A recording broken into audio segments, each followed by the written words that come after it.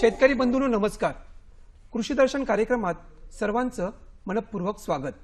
मंडळी, आपलं महाराष्ट्र राज्य अग्रेसर असलेलं असं राज्य आहे. अर्थातच आपल्या राज्यातील शेतकरी हा मोठ्या प्रमाणात भाजीपाल्याची आणि फळांची व्यावसायिक दृष्टिकोनातून लागवड करत असतो आणि हे उत्पादन मोठ्या प्रमाणात घेत असतो. मंडळी, भाजीपाला असेल किंवा फळं असतील, याच फळांची आणि भाजीपाल्यांची मोठ्या प्रमाणात निर्यात देखील होते. अर्थातच निर्यातीच्या दृष्टिकोनातून विषमुक्त आणि कीडमुक्त भाजीपाल्याला आणि फळांना मोठ्या प्रमाणात मागणी दिसते. अर्थात विषमुक्त आणि कीडमुक्त अशा प्रकारचा भाजीपाला आणि फळं जर निर्माण करायची असतील तर त्याच प्रकारची विषमुक्त आणि कीडमुक्त अशी रोपं आपल्याला असायला हवीत. ही काळाची गरज आहे.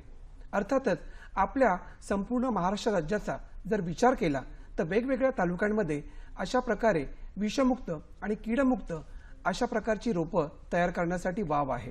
हेच लक्षात घेऊन राष्ट्रीय कृषी विकास योजनेअंतर्गत शासनाने पुण्यश्लोक अहिल्यादेवी होळकर रोपवाटिका योजना कार्यान्वित केलेली आहे. ही योजना नेमकी काय आहे, या योजनेचे उद्देश नेमके काय आहेत, फायदे काय आहेत आणि या योजनेसाठी लाभार्थी शेतकरी कोण असणार आहेत, या सर्व प्रश्नांची उत्तरं आपल्याला आजच्या कार्यक्रमात जाणून घ्यायची आहेत. आणि त्यासाठीच आपण आजच्या कार्यक्रमात विषयाचं आयोजन केलेलं आहे, पुण्यश्लोक अहिल्यादेवी होळकर रोपवाटिका योजना. मंडळी, या महत्त्वपूर्ण विषयाच्या अनुषंगाने आपल्याला मार्गदर्शन करण्यासाठी ज्या मान्यवरांना आपण कार्यक्रमात आमंत्रित केलेलं आहे, सुरुवातीला मी त्यांचा परिचय करून देतो. आपल्याकडे आजच्या कार्यक्रमात सहभागी झालेले आहेत डॉक्टर कैलास मोते साहेब. नमस्कार सर, तुमचं कार्यक्रमात मनपूर्वक स्वागत. आभारी. डॉक्टर कैलास मोते साहेब हे कृषी आयुक्तालय पुणे येथे फलोत्पादन विभागाचे संचालक म्हणून कार्यरत आहेत आणि ते आपल्याला या विषयासंदर्भात सखोल मार्गदर्शन करणार आहेत. सर, मगाशीच मी प्रस्तावनेत सांगितल्याप्रमाणे आपल्याकडचा जो शेतकरी आहे तो मोठ्या प्रमाणात भाजीपाल्याची आणि फळांची निर्मिती करतो. अर्थात हा जो भाजीपाला आहे किंवा ही फळं आहेत ती विषमुक्त आणि कीडमुक्त निर्माण व्हावीत, त्याकरताच अहिल्यादेवी होळकर रोपवाटिका योजना शासनाने कार्यान्वित केलेली आहे. मला असं सांगा, ही योजना नेमकी कशी सुरू झाली?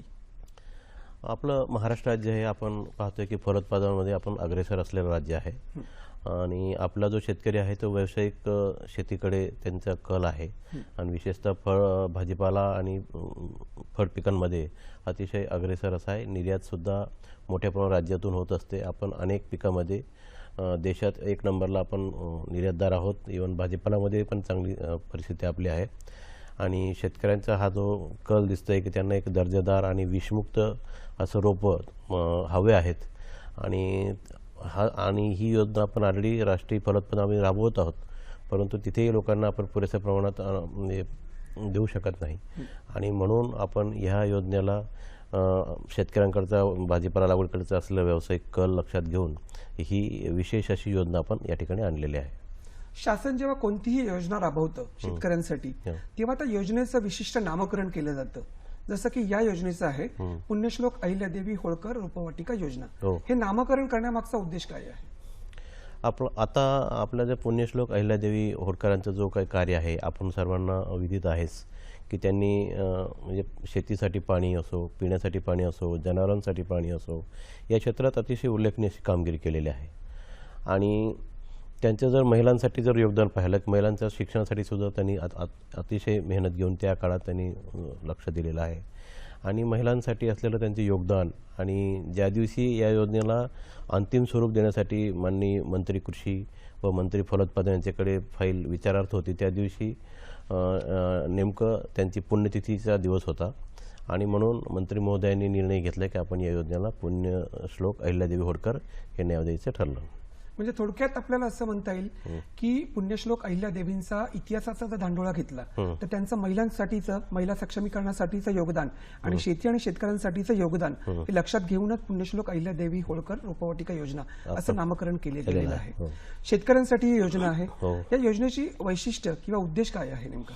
या योजनेमध्ये पहिला जो उद्देश आहे की भाजीपाला पिकांचे कीड आणि रोग विरहित रोप निर्मिती करून शेतकऱ्यांचे उत्पन्न आणि उत्पादनात वाढ करणे हा त्याचा प्रमुख उद्देश आहे. आपण दुसरा उद्देश दिले की या भागात आपण प्राधान्याने युवक आणि युवतींसाठी ग्रामीण भागात त्यांना रोजगाराच्या संधी उपलब्ध करून देणे हा एक उद्देश आहे. आणि शेतकरी करीत असलेल्या पीक रचनेत बदल करून आधुनिक तंत्रज्ञानाचा अवलंब करून भाजीपाला क्षेत्रात त्यांनी वाढ करावी हा सुद्धा एक त्याचा उद्देश ठेवलेला आहे आपण. आणि शेतकऱ्यांना या योजनेमध्ये एक स्वयंरोजगाराची एक संधी उपलब्ध करून देणे हा सुद्धा मोठा उद्देश या ठिकाणी ठेवलेला आहे. बरं, शेतकऱ्याच्या उत्पादनात वाढ, उत्पन्नात वाढ आणि त्यांना स्वयंरोजगाराची संधी देणे असे अनेक उद्देश या योजनेचे आहेत. बरं सर, जेव्हा पुण्यश्लोक अहिल्यादेवी होळकर रोपवाटिका योजना ही योजना आपण कार्यान्वित करत आहोत, या योजनेमध्ये कोणकोणत्या घटकांचा समावेश होतो? या योजनेमध्ये आपण काय केलं आहे की आपण राष्ट्रीय फलोत्पादन अभियानामध्ये योजना राबवतो. त्यात हरितगृह, शेडनेट, टनेल्स हे स्वतंत्र बाबी आहेत. परंतु या योजनेमध्ये आपण प्रस्तुत करताना आपला मूळ उद्देश याच्यात असा आहे की आपल्याला जे अपारंपरिक क्षेत्र आहे त्या ठिकाणी सुद्धा आपल्याला भाजीपाला पिकांची लागवड वाढवायची आहे. आणि म्हणून आपण या ठिकाणी एक कॉम्बो पॅकेज दिलेला आहे की रोपवाटिका उच्च दर्जाची रोपं तयार करण्यासाठी जे आवश्यक बाबी आहेत त्या संपूर्ण पॅकेज या ठिकाणी आपण दिलेलं आहे. याच्यातला जो सर्वात पहिला घटक जर आपण विचारात घेतला तर आपण शेडनेट देणार आहोत. तर शेडनेटचं जे आहे डिझाईन आहे की एक 3.25 मीटर उंचीचं एक फ्लॅट टाईप डिझाईन आपण त्या ठिकाणी दिलेलं आहे. एक साधारणपणे 380 रुपये प्रति चौरस मीटर त्याचा खर्च आपण धरून 3,80,000 1,000 चौरस मीटरसाठी एकूण खर्च येणार आहे. त्याचा निम्मे पैसे आपण या योजनेतून प्रस्तावित केलेला आहे. दुसरं जे रोपांना वाढ अति सशक्त वाढ व्हावी म्हणून एक प्लास्टिक टनेल्स आपण दिलेले. हे हरितगृहाचा एक छोटा प्रकार आहे. याच्यामुळे जर्मिनेशन चांगलं होतं.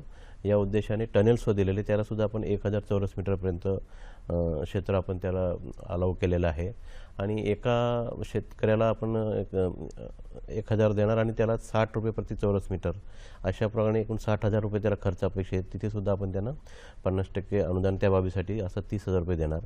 आणि रोपवाटिका आपण रोपं वाढवत असताना त्याच्यावर कीड रोगाचा प्रादुर्भाव होऊ नये म्हणून वेळोवेळी त्याला फवारणी जे करावी लागते तर त्यासाठी लागणारा फवारणी पंपसुद्धा आपण या ठिकाणी दिलेला आहे. आणि तो जो पंप आहे तो एक साधारणपणे 0.75 ते 1 HP BIS मानक असलेला पंप आपण या ठिकाणी दिलेला आहे. त्याची किंमत आपण 7,600 धरून त्यालाही 50% अनुदान आपण प्रपोज केलेलं आहे. आणि चौथा जो महत्त्वाचा घटक आहे की जो आपण जे रोपवाटिकात आपण रोपं तयार करतो त्याचे नेहाण करण्यासाठी क्रेटची गरज भासते. तर त्यासाठी सुद्धा आपण एक त्याच्यात 62 क्रेट आपण प्रपोज केलेला आहे. आणि त्याची 200 रुपये कॉस्ट धरून त्यालाही एक 50% अनुदान या ठिकाणी आपण प्रपोज केलेलं आहे. असं एकूण एकंदरीत आपण त्यांना शेतकऱ्यांना या पॅकेजमध्ये 2,30,000चं अर्थसहाय्य देऊ केलेलं आहे. म्हणजे शेडनेस असेल किंवा फवारणी यंत्र असेल किंवा टनेल्स असेल किंवा क्रेट असेल असा एकूण जो समाविष्ट घटक आहेत या घटकांचा खर्च आणि अनुदान याचा ताळमेळ तुम्ही बसवलेला आहे. बरं, ही एकूण जी योजना आहे पुण्यश्लोक अहिल्यादेवी होळकर रोपवाटिका योजना, या योजनेची संपूर्ण महाराष्ट्राचा जर विचार केला तर व्याप्ती किती असणार आहे आणि कोणकोणत्या जिल्ह्यांमध्ये ही योजना कार्यान्वित होणार आहे? तर यांची व्याप्ती आपण संपूर्ण राज्यभर ठेवलेली आहे. म्हणजे आपल्याला आपण जे लक्षांक दिलेला आहे त्याच्यात आपण प्रत्येक तालुक्यात किमान 1 रोपवाटिका व्हावी हा आपला उद्देश ठेवलेला आहे. आणि असे एकूण 500 रोपवाटिकांचे लक्षांक आपण निर्धारित करून दिलेला आहे. आणि याच्यामध्ये सर्व घटकांचा समावेश व्हावा संवर्गातील शेतकऱ्यांच्या. त्यासाठी आपण खातेदार संख्येनुसार लक्षांक तालुकापर्यंत निश्चित करून दिलेला आहे. आणि याच्यात अनुसूचित जाती जमाती शेतकऱ्यांसुद्धा योगदान राहावं म्हणून त्यांच्यासाठी सुद्धा सेपरेट खातेदाराच्या प्रमाणात त्यांना सुद्धा या ठिकाणी रोपवाटिका आपण मंजूर केलेला आहे.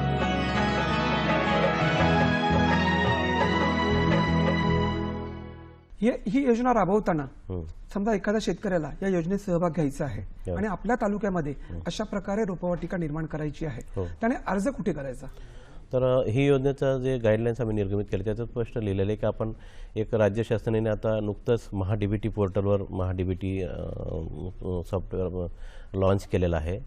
तिथे सुद्धा आपण शेतकऱ्यांचे अर्ज सुरू केलेले आहे, परंतु ते सिस्टमला अजून वेळ आहे आणि ही योजना एक फास्ट ट्रॅकवर राज्यात राबवायचं मंत्री महोदयांचं मनोदय आहे. आणि त्यामुळे आपण याला काय केलं आहे की याला दोन्ही ऑप्शन ठेवलेलं आहे. महाडीबीटीवर जे लोक अर्ज करतील ते पण आपण सोडतच्या दिवशी विचारात घेणार आहोत आणि ऑफलाईन जे अर्ज तालुका कृषी कार्यालयात येणार आहेत ते सुद्धा आपण या ठिकाणी विचारात घेणार आहोत. आणि याच्यामध्ये आपण जे निकष ठरवलेला आहे याच्यात जो आता अहिल्यादेवींचं नाव या योजनेला दिलेलं असल्यामुळे याच्यात प्रथम प्राधान्य आपण महिलांसाठी दिलेलं आहे.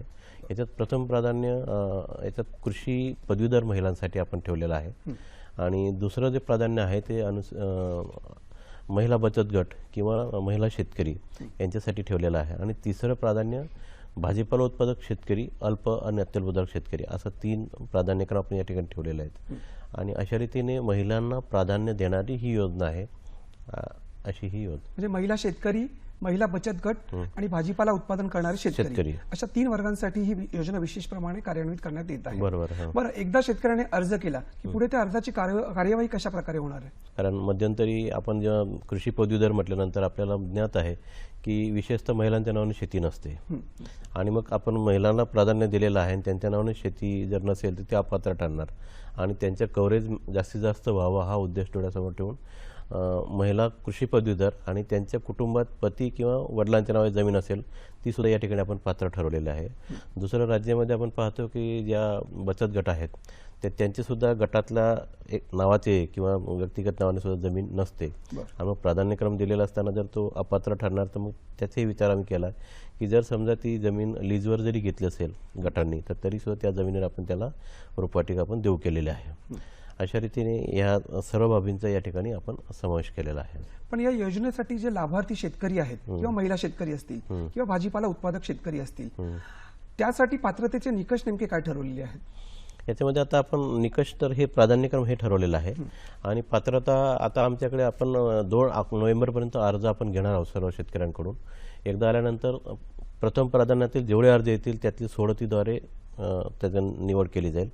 समजा पहिल्या प्राधान्यक्रमात अर्ज नसतील तर आपण दुसऱ्या प्राधान्यक्रमातील जे काही अर्ज असतील त्यांच्यात सोडतीद्वारे आपण निवड करणार आहोत. ते पण नसतील तर तिसरं प्राधान्य देणार आहोत. अशा रीतीने एकदा सोडत केल्यानंतर मग प्रथम प्राधान्यातलं जो कोणी शेतकरी अर्ज करेल त्याच्या कागदपत्राची छाननी केली जाईल आणि कागदपत्र आपण त्यांना 7/12, 8चा उतारा, आधार कार्ड आणि बँकेचं आधार लिंक बँकेचं पासबुक ही 4च कागदपत्र आपण त्यांच्याकडून घेतलेले आहे आणि एक हमीपत्र घेतलेले आहे. तर हे याच्यात जो पात्र ठरेल तो शेतकरी याच्यात निवडला जाणार आणि त्याच्यात ड्रॉ काढला जाणार. एकदा ड्रॉमध्ये आपण त्याच्यात नंबर सोडत काढल्यानंतर नंबर लावल्यानंतर परत आपण पूर्वसंमती देण्यापूर्वी त्या स्पॉटला व्हिजिट करण्यासाठी आमचे क्षेत्रीय कर्मचारी व्हिजिट करणार आहात आणि त्या ठिकाणी ते पाहतील की ह्या जमिनीवर रोपवाटिका उभारण्यासाठी जागा योग्य आहे की नाही, पाण्याची बारमाही सुविधा आहे की नाही, या 2 गोष्टीची ते खात्री करतील आणि त्याच्यानंतर मग त्यांना पूर्वसंमती आपण प्रदान करणार आहोत. म्हणजे एकदा एखादा लाभार्थी शेतकरी मग तो महिला शेतकरी असेल किंवा भाजीपाला उत्पादक शेतकरी असेल पात्रतेचे निकष पूर्ण केले आणि सोडतीद्वारे समजा त्याला संधी मिळाली तर त्याचा या योजनेत सहभाग असणार आहे किंवा तो लाभ घेणार आहे. बरोबर. परंतु मला सर सांगा की जेव्हा तो रोपवाटिका उभारली जाणार आहे या योजनेनुसार त्यासाठी काही तांत्रिक निकष असणार आहेत का? तांत्रिक निकष म्हणजे ही जागा फिजिबिलिटी हा एक महत्त्वाचा तांत्रिक निकष आहे. आणि दुसरं जे एकदा त्याची निवड झाल्यानंतर आपण त्याला जे पेमेंट करणार आहोत तर 2 टप्प्यात पेमेंट करणार आहोत. आणि दुसरा जर इन्स्पेक्शन आम्ही याच्यात गाईडलाईनमध्ये काय केलेलं आहे की लाभार्थ्यांची पूर्वस्थळ पाहणी एकदा झाली, पूर्वसंमती दिली की त्यांनी एक साधारणपणे पूर्वसंमती दिल्यानंतर 15 दिवसात रोपवाटिकेचं काम सुरू करणं अपेक्षित आहे. आणि ते सुरू केलेलं काम एक साधारणपणे 3 महिन्यात त्यांनी पूर्ण करावं असं आम्ही या ठिकाणी फास्ट ट्रॅकवर योजना राबवायचं ठरवलेलं असल्यामुळे 3 महिन्याचं लक्ष्यांक आपण त्यांना दिलेलं आहे. आणि हे 3 महिन्या लक्ष्यांकात त्यांनी हे सर्व उभारणी करणं आवश्यक आहे. त्याची जी आपण पहिली स्थळ पाहणी झाल्यानंतर तो उभारणीला सुरुवात करेल. उभारणीला सुरू करण्यानंतर त्यांना ते तांत्रिक मानके जे आहेत ते आपण पूर्वसंमती जेव्हा प्रदान करू, आदेश जेव्हा देऊ त्याच्यासोबत आपण सर्व तांत्रिक मानके आणि ते रोपवाटिका इरेक्शन करण्यासाठी जे रजिस्टर्ड फॉर्म्स आहेत त्यांची यादी आपण त्यांना देतो आहोत. आणि जे काही साहित्य वापरलं जाणार ते BIS स्टँडर्डचं राहणार आहे. त्याचे स्पेसिफिकेशन आम्ही ऑलरेडी निश्चित करून दिलेलं आहे. आणि शेतकरी जनरली काय होतं की त्या स्पेसिफिकेशनचा वापर होत नाही आणि जेव्हा आपण अनुदानासाठी जातो त्यावेळेस नेमकं ते दुसरं साहित्य वापरलं की मग सबसिडी अदा करता येत नाही, मग तो एक थोडंसं कॉन्फ्लिक्ट तयार होतो. आणि म्हणून आपण असं ठरवलं आहे की जेव्हा पूर्वसंमती देऊ त्यासोबतच हे सर्व स्टँडर्ड्स त्यांना देणार आहोत. आणि नुसतंच देणार नाही तर जेव्हा तो उभारणीसाठी सर्व साहित्य त्या ठिकाणी स्पॉटला आणेल त्यावेळेस सुद्धा आपण एक क्षेत्रीय व्हिजिट ठेवलेले आहे. त्याचे आम्ही एक फॉर्मेट प्रिस्क्राईब करून दिलेले की त्यांनी जे शेडनेट घेतलेले आहे ते स्पेसिफिकेशन प्रमाणे आहे का, दुसरं जे त्याच्यासाठी जे सामग्री लागणार आहेत तर ते सुद्धा समज BI स्टँडर्डचे आहे का, आणि त्याला पाया खोदणी करावं लागणार आहे कॉन्क्रीटचा, तर त्याचेही आम्ही स्पेसिफिकेशन डिटेल्स असं दिलेलं आहे. अशा रीतीने सगळं साहित्य तिथे फाउंडेशन बरोबर झालं आहे की नाही ही सगळं पडताळणी केल्यानंतरच त्याला इरेक्शनला पुढची परवानगी आपण देतो आहोत. आताच मी बोलताना उल्लेख केलात की अशा प्रकारे जेव्हा रोपवाटिका उभारली जाईल तेव्हा तांत्रिक मानांकन गरजेचं आहे. त्याची काय आवश्यकता नेमकी काय आहे? नाही, आपण पाहतोय की महाराष्ट्र राज्य आपण दरवर्षी आपण एक नैसर्गिक आपत्तीला सामोरे जातोय. वादळ, अनेक प्रकारचे वादळ आपल्याकडे येऊन गेलेले आहेत आणि अनेक वेळेस अशा समस्या आल्या की आपण इलेक्शन केलं आणि ते त्या वादळामध्ये उडून गेलेलं आहे आणि शेतकऱ्यांना आपण अर्थसहाय्य उभारणीत दिलेलं आहे, परत नुकसान भरपाईत म्हणजे देणं, हे सगळं एक खर्चिक असल्यामुळे शासनाने मागच्या 3 वर्षापासून आम्ही हे स्टँडर्ड्स ज्या वेगवेगळ्या फील्डमध्ये काम करणाऱ्या कंपन्या आहेत, त्याच्यानंतर विद्यापीठातले ज्या ठिकाणी प्रिसिजन फार्मिंगचं सेंटर आहे तिथले सर्व सायंटिस्ट, शेतकरी यांची जॉईंट एक कार्यशाळा घेऊन हे सगळं मानके आपण निश्चित करून घेतलेलं आहे आणि त्याप्रमाणे प्रत्येक प्रकारच्या साईजसाठी किती खर्च येतो आणि सबसिडी किती अनुज्ञेय राहील हे सविस्तर सूचना यापूर्वीच आपण निर्गमित केलेल्या आहेत. बरं, पुण्यश्लोक अहिल्यादेवी होळकर रोपवाटिका योजना, या योजनेत जे शेतकरी सहभागी होतील आणि रोपवाटिका निर्माण करतील, या रोपवाटिकेमध्ये कोणकोणत्या प्रकारच्या भाजीपाल्यांची लागवड केली जाणार आहे? याच्यामध्ये सर्वच प्रकारचा भाजीपाला आहे, विशेषतः मिरची आहे, कोबी आहे, फुलकोबी आहे, कांदा घेऊ शकतो, बाकी वांगे असतील, सर्वच प्रकारचा भाजीपाला ते घेऊ शकतात. विशेष करून आता ही जी उभारणी करणार आहे की आपण युवकांना या ठिकाणी प्रेरित करतो आहोत, तर ही प्रत्येक तालुक्यात होणार आहे. काही ठिकाणी भाजीपाल्याचं क्षेत्रच नाही, अशा ठिकाणी रोपवाटिका झाली तर नेमकं त्या ठिकाणी आपल्याला उद्देश आहे की अपारंपरिक क्षेत्रात भाजीपाला लागवड कर. मग त्या ठिकाणची जी काही गरज असेल, जो शेतकरी आता आज काय झालं आहे की प्रत्येक शेतकरी त्याच्या सोयीनुसार एक म्हणजे कुठलंही तंत्रज्ञानाचा अवलंब करतो, रोपं तयार करतो आणि लावतो आहोत. त्यामुळे दर्जेदार आणि असं रोपं तयार होत नाही. अशक्त रोपं असल्या की ते आपल्याला आपली जशी म्हणे की शुद्ध बीजापटी फळे रसाळ गोमटी, तर रोपं जर जोमदार असेल तर पीक, रोपं जर सशक्त असेल तर पीक येईल जोमदार. तर ह्या म्हणीनुसार आपल्याला त्यांना जो पारंपरिक पद्धतीने करतोय त्याला आपण आधुनिक तंत्राकडे आपण वळवतोय शेतकऱ्यांना, आणि म्हणून हे सगळं आपण त्यांना याच्यात कंपल्सरी केलेलं आहे. अशा प्रकारे रोपवाटिका उभारताना बियाण्यांच्या परवान्यांची काय आवश्यकता आहे का? हो, कारण कसं आहे की आता शेतकरी, आता मी समजा माझी रोपवाटिका आहे तर मी रोपं तयार करताना मी शेतकऱ्यांकडून डिमांड घेऊन तयार करणार आहे. कारण मी तयार केली माझ्या शेतापुरतंच, मला आपली या ठिकाणी जो निकष आहे की तो शेतकरी फक्त 40 गुंठेधारक शेतकरी आहे, तर त्याच्यात तेवढ्याच पुरतं आपण त्याला रोपं तयार करण्यासाठी भाग पडत नाही. आपण तो त्या पूर्ण परिसरासाठी लागणारं रोपं त्यांनी तयार करणं अपेक्षित आहे. या ठिकाणी त्यांनी शेतकऱ्यांकडून डिमांड घ्यायची आहे की कुठल्या शेतकऱ्याला कोणत्या पिकाचं, कोणत्या जातीचं रोपं तयार करून पाहिजे आहे, किती क्वांटिटीमध्ये पाहिजे आहे. मग हे सगळं आपण तो ऑर्डर घेईल आणि त्याप्रमाणे तो त्या ठिकाणी रोपं तयार करणार आहे. तर अशा स्वरूपाचा आपण या ठिकाणी निकष ठेवलेला आहे.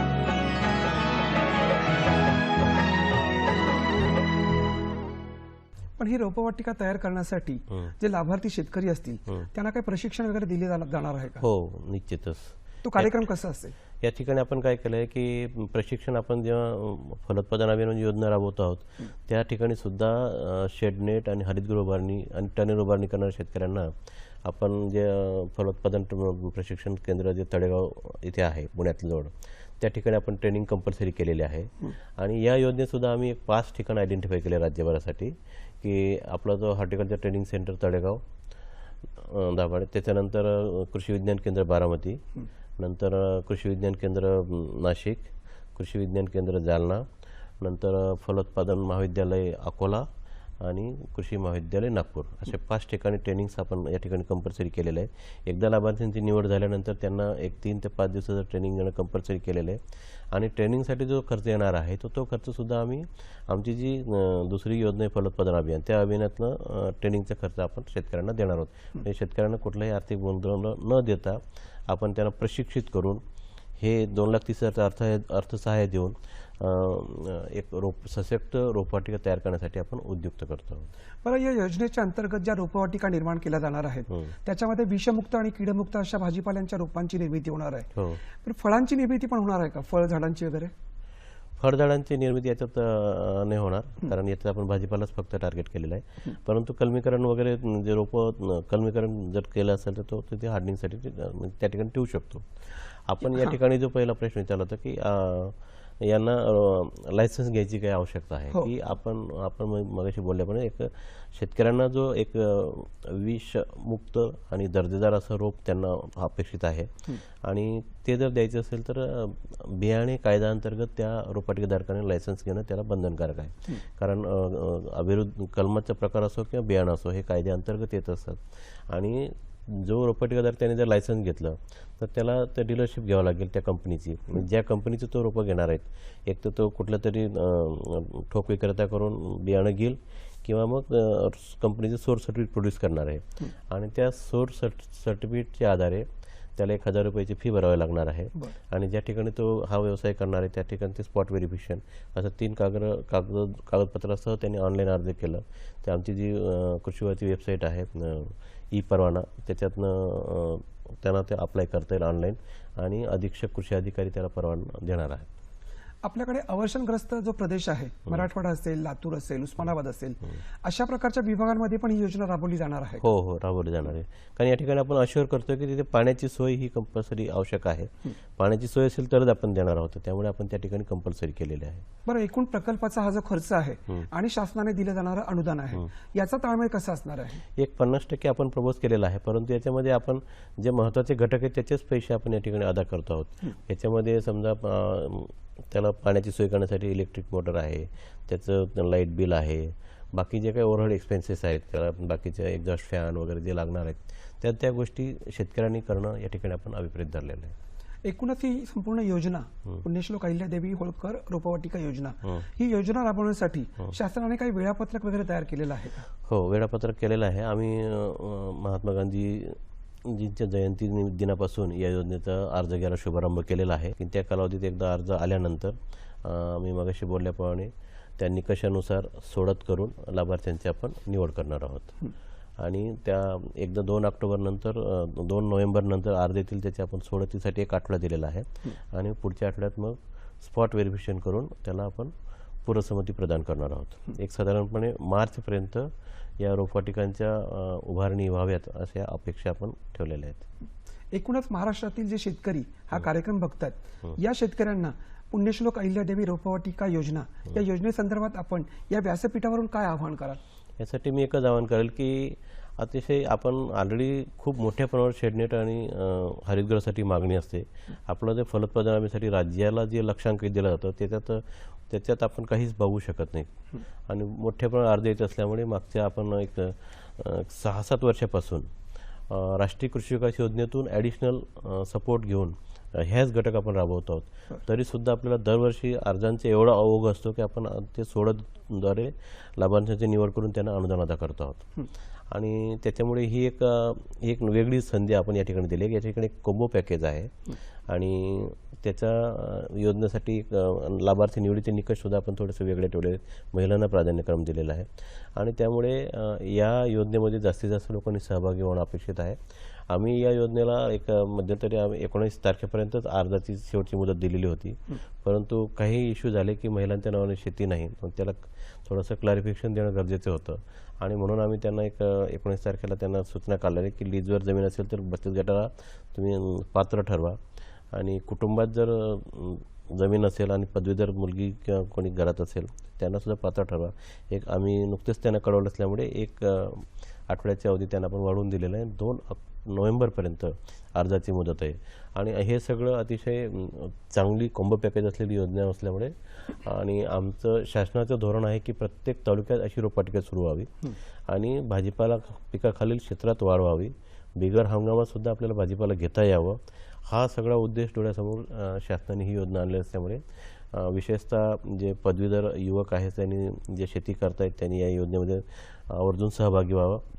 बचत गटांचे सुद्धा बऱ्याच ठिकाणी स्वतःहून महिला पुढे आलेल्या आहेत आणि लीजवर जमीन घेऊन चांगलं शेडनेट आणि हरितगृहात व्यवसाय करतायत. हे उदाहरणसुद्धा राज्यात अनेक ठिकाणी आपण पाहतो आहोत आणि हे सगळं डोळ्यासमोर ठेवूनच आपण ही योजना आणलेली आहे. त्यामुळे जास्तीत जास्त शेतकऱ्यांनी महिलांनी या ठिकाणी सहभागी व्हावं.